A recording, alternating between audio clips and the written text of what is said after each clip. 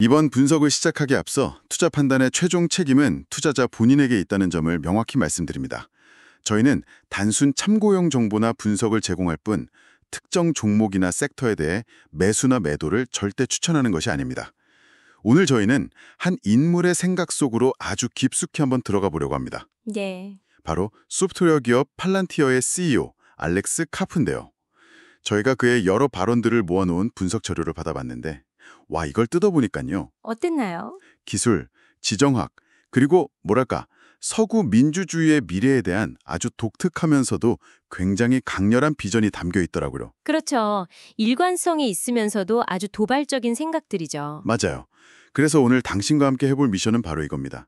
한 20년 전만 해도 괴짜 취급을 받았던 그의 생각이 어떻게 지금은 시대의 어떤 새로운 표준처럼 되어가고 있는지, 그리고 그가 이끄는 팔란티어가 스스로를 어떻게 역사의 흐름을 바꾸는 존재라고 여기는지 그 핵심을 한번 파헤쳐보는 겁니다. 좋습니다. 자, 그럼 여기서부터 시작해보죠. 카프 스스로가 20년 전 자기 비전을 두고 화성에서 온 괴물쇼 같았다고 말하거든요. 대체 어떤 생각이었길래 그런 표현까지 썼을까요? 괴짜에서 규범으로, 이 인식의 변화가 모든 이야기의 진짜 시작점인 것 같아요. 20년 전이면 2000년대 초반이잖아요. 네, 맞아요. 그때 실리콘밸리 분위기랑 얼마나 달랐으면 스스로를 괴물쇼라고까지 했을까요? 그 표현이 정말 모든 걸 말해준다고 생각해요. 당시 실리콘밸리를 지배하던 그 시대 정신, 그러니까 글로벌리즘이라는 거대한 흐름과 카프의 생각이 말 그대로 정면으로 부딪혔거든요. 아, 글로벌리즘이요? 네. 당신도 기억하시겠지만 2000년대 초반은 정말 국경 없는 연결, 정보의 자유로운 흐름, 이런 것들. 맞아요. 기술이 모든 정치적, 문화적 장벽을 다 무너뜨릴 거라는 그런 낙관론. 거의 종교 같았죠. 그런 믿음이 막 번지던 시대였잖아요. 네, 인터넷이 세상을 흔화로 만들 거라는 믿음이 정말 팽배했죠. 바로 그겁니다. 그런데 카프는 그 한복판에서 완전히 다른 이야기를 하고 있었던 거죠. 비유하자면 모두가 파티를 즐기고 있는데 혼자 창밖을 보면서 곧 폭풍이 올 거야 라고 외치는 사람 같았달까요? 하하, 눈치 없는 사람 취급받기 딱 좋네요. 그렇죠. 그가 내세웠던 핵심 주장들을 하나씩 살펴보면 왜 그가 그렇게 이질적인 존재로 보였는지 바로 이해가 되실 겁니다. 좋습니다. 그럼 첫 번째 주장이 뭐였나요? 첫째, 서구는 스스로를 방어해야 한다. 지금 들으면 너무 당연한 말 같은데요? 그렇죠. 근데 당시에는 탈냉전 이후라서 평화가 영원할 거라는 분위기가 정말 강했어요. 국가 간 협력이 최고의 가치였고요. 그런데 카프는 보이지 않는 위협, 즉 지정학적 갈등이 다시 불거질 거고 서구 문명은 여기에 대비해야 한다고 경고한 겁니다. 잠깐만요. 서구를 방어해야 한다는 말이 당신 그렇게까지 이상하게 들렸다는 게 좀 신기하네요. 9.11 테러가 일어난 지 얼마 안 됐을 텐데 실리콘밸리는 그 위협을 자신들과는 뭐 전혀 다른 세상 이야기로 봤다는 걸까요? 와, 정확한 지적이세요.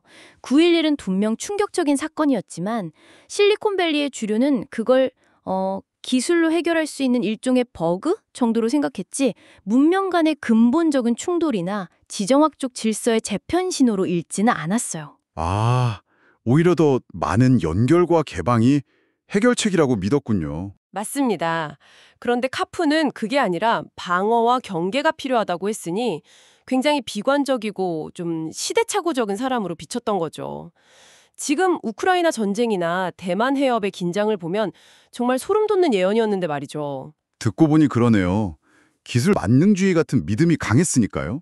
그럼 두 번째 주장은 실리콘밸리를 더 직접적으로 겨냥했겠군요. 맞습니다. 두 번째는 훨씬 더 도발적이었어요. 소프트웨어 개발자는 정부와 정렬되어야 한다. 아, 이건 당시 실리콘밸리의 거의 심장부를 찌르는 말이었습니다. 구글의 모토가 차악해지지 말자, 동비이빌이었던 걸 생각해보세요. 네네. 정부, 특히 국방부나 정보기관과 협력하는 건 사악한 일로 치부되는 분위기가 팽배했거든요. 기술은 순수해야 하고 정치와는 거리를 둬야 한다는 그런 이상주의가 있었죠. 아, 그렇죠. 기술자들의 자유주의적인 성향도 굉장히 강했고요. 바로 그 이상주의의 대국 카프는 아니다. 소프트웨어는 국가 안보의 핵심이고 당신들은 그 책임에서 벗어날 수 없다고 선언한 겁니다. 이게 바로 기술 주권이라는 개념의 아주 초기 형태라고 볼 수 있어요. 기술은 결코 중립적일 수 없다는 거죠. 정부와 협력하라는 것만으로도 충격이었을 텐데 여기서 더 나아갔다고요? 세 번째 주장은 수위가 더 높았나요? 훨씬 더 날카로웠습니다. 세 번째 주장은 이거였어요. 소프트웨어 기업은 저국에겐 팔면서 정작 우리 정부에겐 팔지 않는 그런 위선은 안 된다. 와, 이건 특정 기업들의 이중적인 태도를 그냥 정면으로 저격한 거였죠. 당시 일부 빅테크 기업들이 중국처럼 인권을 탄압하는 권위주의 국가 시장에는 어떻게든 진출하려고 막 애쓰면서 네, 그런 사례들이 있었죠. 정작 자국의 국방부나 CIA와의 협력은 어떤 윤리적인 잣대를 들이대면서 거부하는 경우가 있었거든요. 와, 이건 정말 작심하고 던진 말이네요. 거의 선전포고 수준인데요. 그렇죠. 카프는 국가안보라는 대위가 기업의 고상한 이념이나 비즈니스적인 판단보다 무조건 위에 있어야 한다는 철학을 세우려고 한 겁니다. 실리콘밸리의 이상주의자들 입장에서는 아주 듣기 싫은 소리였을 거예요. 이런 주장들이 계속 쌓이면서 카프와 팔란티어는 점점 더 별종 취급을 받게 된 거고요. 알겠습니다. 그럼 네 번째, 다섯 번째 주장은 이런 생각들을 종합하는 더 큰 그림이었겠군요. 네. 네 번째는 세계는 더 파편화되고 폭력적으로 변할 것이다 라는 거시적인 예측이었습니다. 모두가 통합을 노래할 때 정반대를. 맞아요. 모두가 글로벌 통합을 노래할 때 그는 정반대로 국제 질서에 균열이 생기고 갈등이 일상화될 거라고 본 거죠. 이건 물론 펄란티어 같은 데이터 분석 솔루션의 필요성이 폭발적으로 커질 거라는 사업적 통찰이기도 했고요. 하하, 그렇죠. 그리고 마지막 다섯 번째가 이 모든 비전의 활용 정정입니다. 소프트웨어 기업이 역사를 바꿀 것이다. 소프트웨어가 역사를 바꾼다. 단순히 도구를 넘어선다는 의미군요. 훨씬 더 큰 의미죠. 소프트웨어가 더 이상 회계 처리나 문서 작업을 돕는 그런 보조 수단이 아니라 네. 전쟁의 승패를 가르고 정보전의 향방을 결정하며 국가의 최고 의사결정 자체를 바꾸는 핵심 무기가 될 거라는 선언이었으니까요. 결국 이 다섯 가지 주장을 하나로 쫙 묶어보면요. 이건 단순한 사업계획이 아니었어요. 선언문 같네요, 정말. 맞습니다. 기술 민족주의, 테크노 내셔널리즘이라는 서구의 모든 기술 역량을 자유민주주의 수호라는 단일 목표에 총동원해야 한다는 거대한 선언이었던 겁니다. 20년 전에는 이게 화성에서 온 괴물쇼처럼 들렸겠지만 지금 당신이 뉴스를 켜면 어떤가요? 그 괴물쇼가 현실이 된 셈이죠. 이 엑스맨 비유는 정말 곱씹어볼 만한데요. 보통은 자신들을 어벤져스 같은 영웅에 비유할 텐데 그렇죠. 굳이 사회로부터 오해받고 고뇌하는 엑스맨을 택한 이유가 있을 것 같습니다. 팔란티어의 가장 큰 성공은 대중에게 알려지지 않은 것들이라는 주장과도 딱 연결되는 것 같고요. 아주 중요한 포인트입니다. 이 엑스맨 비유야말로 팔란티어의 정체성을 이해하는 가장 완벽한 열쇠거든요. 여기엔 크게 두 가지 핵심적인 의미가 담겨 있어요. 네. 첫 번째는 방금 말씀하신 보이지 않는 위협을 막는 것의 가치입니다. 카프가 자료에서 공개되지 않은 정말 큰 공격들을 막는 데 도움을 주었다고 말하잖아요. 네, 그 부분이 인상적이었어요. 그게 테러 공격일 수도 있고 대규모 사이버 공격 혹은 어떤 나라의 침략 계획일 수도 있겠죠. 중요한 건 일어나지 않은 사건의 가치는 측정할 방법이 없다는 거예요. 그렇죠. 성공하면 아무도 모르고 실패하면 모두가 비난하는 그런 역할이니까요. 재무제표에는 절대 찍히지 않는 가치고요. 바로 그겁니다. 팔란티어의 진짜 가치는 공시된 매출이나 계약 규모를 훨씬 뛰어넘는다는 주장이 이 비유에 깔려 있는 거죠. 그리고 그 지점이 두 번째 의미로 아주 자연스럽게 이뤄집니다. 그게 뭘까요? 바로 사회에 필수적이지만 이해받지 못하는 존재라는 정체성이에요.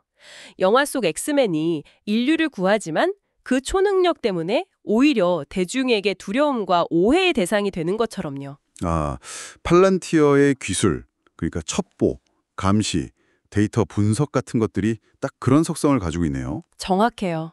국가 안보에 필요하다는 건 알지만 빅브러더나 프라이버시 침해에 대한 걱정 때문에 사람들은 본능적으로 거부감을 느끼니까요. 맞습니다.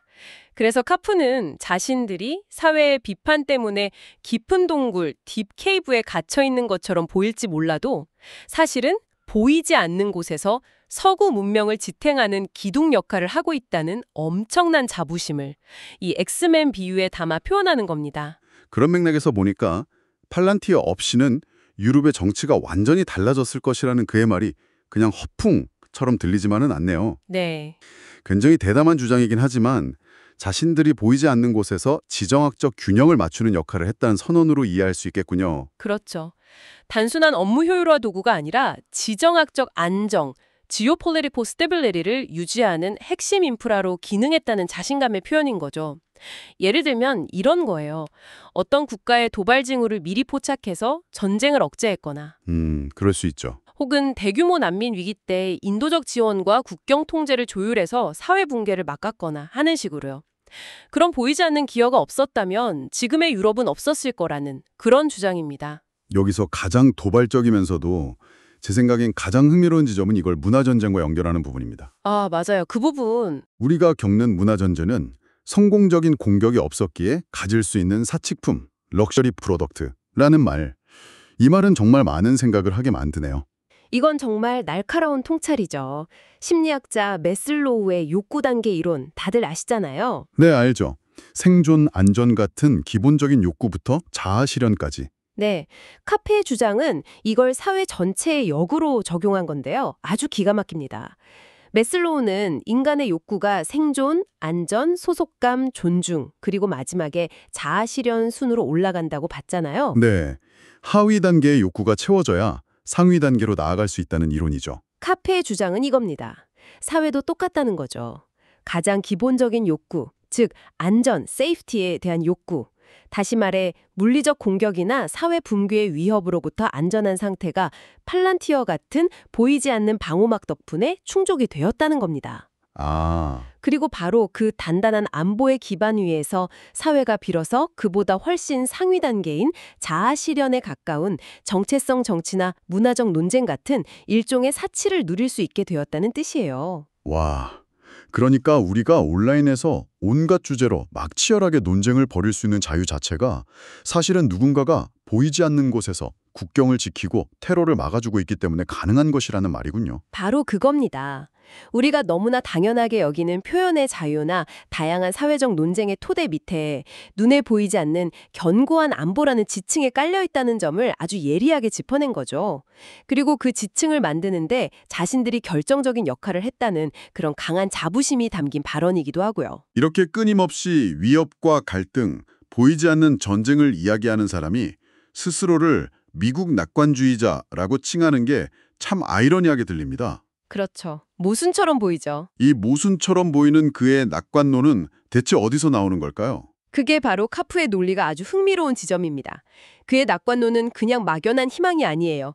아주 구체적인 세 가지 동력에 기반한 철저히 계산된 낙관론이죠. 계산된 낙관론이라 첫 번째 기둥은 뭔가요? 단연 기술 패권, 테크놀로지컬 수프레마시입니다. 그는 미국은 엔터프라이즈 소프트웨어 분야에서 그냥 최고가 아니라 비교 대상이 없을 정도라고 단언해요. 아, 자신감이 엄청나네요. 여기서 중요한 포인트는 AI나 LLM 이전부터 이미 그랬다고 강조하는 부분입니다. 아, 지금 반짝하는 기술이 아니라 근본적인 역량의 차이를 말하는 거군요. 그렇죠. 지금 모두가 AI에 열광하지만 미국의 진짜 힘은 그런 특정 기술 하나가 아니라 복잡한 시스템을 설계하고 안정적으로 상용화해서 전 세계에 배포하는 그 근본적인 소프트웨어 역량에 있다는 겁니다. 이 압도적인 능력에 대한 자신감이 그의 낙관론의 첫 번째 기반입니다. 기술력만으로는 부족할 텐데요. 그걸 만들어내는 사람과 문화도 중요하지 않나요? 정확합니다. 그래서 두 번째 동인이 바로 인재와 문화예요. 그는 미국이 전 세계 최고의 인재를 계속 끌어들이고 그들을 붙잡아두며 이 똑똑한 사람들을 생산적인 기업으로 바꿔내는 독보적인 문화와 시스템을 가졌다고 분석해요. 이건 그냥 똑똑한 사람이 많다는 뜻이 아니죠. 전 세계 인재들이 아메리칸 드림을 꾸며서 모여들고 그들의 아이디어가 실패를 용납하는 문화 속에서 마음껏 시도되고. 네, 결국 구글이나 아마존 그리고 팔란티어 같은 혁신적인 기업으로까지 이어지는 사회 전체의 시스템적 우위를 말하는 겁니다.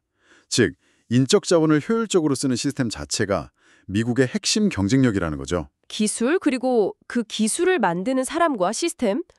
알겠습니다. 그럼 세 번째 동의는 뭔가요? 이게 가장 역설적으로 들리던데요. 맞아요. 가장 역설적이면서도 가장 카프다운 분석이죠. 세 번째 동력은 다름 아닌 적대 세력의 역할, The Role of Adversaries. 적이요? 네, 그는 우리를 해치려 하는 적들이야말로 미국의 가장 좋은 모습을 끌어낸다고 말해요. 평화로운 시기에는 미국 사회가 온갖 내부 갈등으로 분열하는 것처럼 보이지만 러시아나 중국 같은 외부의 명확한 위협이 나타나면 아, 그 위협이 오히려 내부의 사소한 분열을 뛰어넘어 국가적 단결, 내셔널 유니티를 이끌어내는 긍정적인 촉매제가 된다는 겁니다. 공동의 적 앞에서 비로소 하나가 된다는 거군요. 네, 일종의 외부 위협을 통한 통합 모델인 셈인데 공동의 적 앞에서 비로소 우리가 누구이며 무엇을 지켜야 하는가를 깨닫고 똘똘 뭉치게 된다는 통찰입니다. 그래서 그는 위협이 존재하는 한 미국은 계속해서 강해질 거라고 믿는 거죠. 그렇다면 이 모든 낙관론의 최종 목적지는 어디일까요? 단순히 미국이 세계 최강국으로 군림하는 것 그 자체인가요? 그것을 넘어섭니다. 카프에게 힘은 목적이 아니라 어떤 특정 가치를 지키기 위한 수단이에요. 가치요? 예, 그가 궁극적으로 수호하려는 가치는 바로 법치, 언론의 자유, 재산권 보호, 인간 존중 같은 서구적 가치들이죠. 그가 그리는 미래는 미국의 압도적인 힘이 적대 세력들로 하여금 감히 이런 가치를 위협할 엄두조차 내지 못하게 자료에 나온 표현 그대로 두려움에 떨게 함, quiver at 함으로써 와, 결국 그들도 인류의 보편적 가치를 존중하게 만드는 세상입니다. 힘을 통한 가치의 수호와 확산, 이것이 알렉스 카프가 제시하는 미국 낙관론의 최종 결론인 셈입니다. 오늘은 알렉스 카프의 생각을 통해 한때 괴짜의 예언으로 치부되던 것이 어떻게 시대의 현실이 되었는지, 그리고 팔란티어가 왜 스스로를 보이지 않는 역사의 조종자, 엑스맨으로 여기는지 그 근저에 깔린 미국 낙관론까지 깊이 파헤쳐봤습니다. 네. 20년을 관통하는 그의 일관된 비전이 지금의 세상과 맞물리면서 왜 이렇게 강력한 설득력을 얻고 있는지 알 수 있었네요. 오늘 우리는 외부의 위협이 어떻게 내부의 단결을 촉진하는지에 대해 이야기했죠. 여기서 당신이 한번 생각해 볼 만한 질문이 하나 생깁니다. 어떤 질문이죠? 만약 그 외부의 위협이 사라진다면, 혹은 우리가 더 이상 명확한 적으로 규정할 수 없는 아주 복잡하고 모호한 형태로 바뀐다면 그 단결은 어떻게 될까요? 적음부터 스스로를 방어함으로써 정체성을 찾은 사회가 무엇에 대항하는지가 아니라 무엇을 지향하는지만으로 스스로를 온전히 정의하고 통합을 유지할 수 있을까요? 다시 한번 말씀드리지만 투자 판단의 최종 책임은 투자자 본인에게 있다는 점을 명확히 말씀드립니다. 저희는 단순 참고용 정보나 분석을 제공할 뿐 특정 종목이나 섹터에 대해 매수나 매도를 절대 추천하는 것이 아닙니다. 항상 여러분의 성공 투자를 기원합니다. 내용이 좋으셨다면 구독, 좋아요 부탁합니다.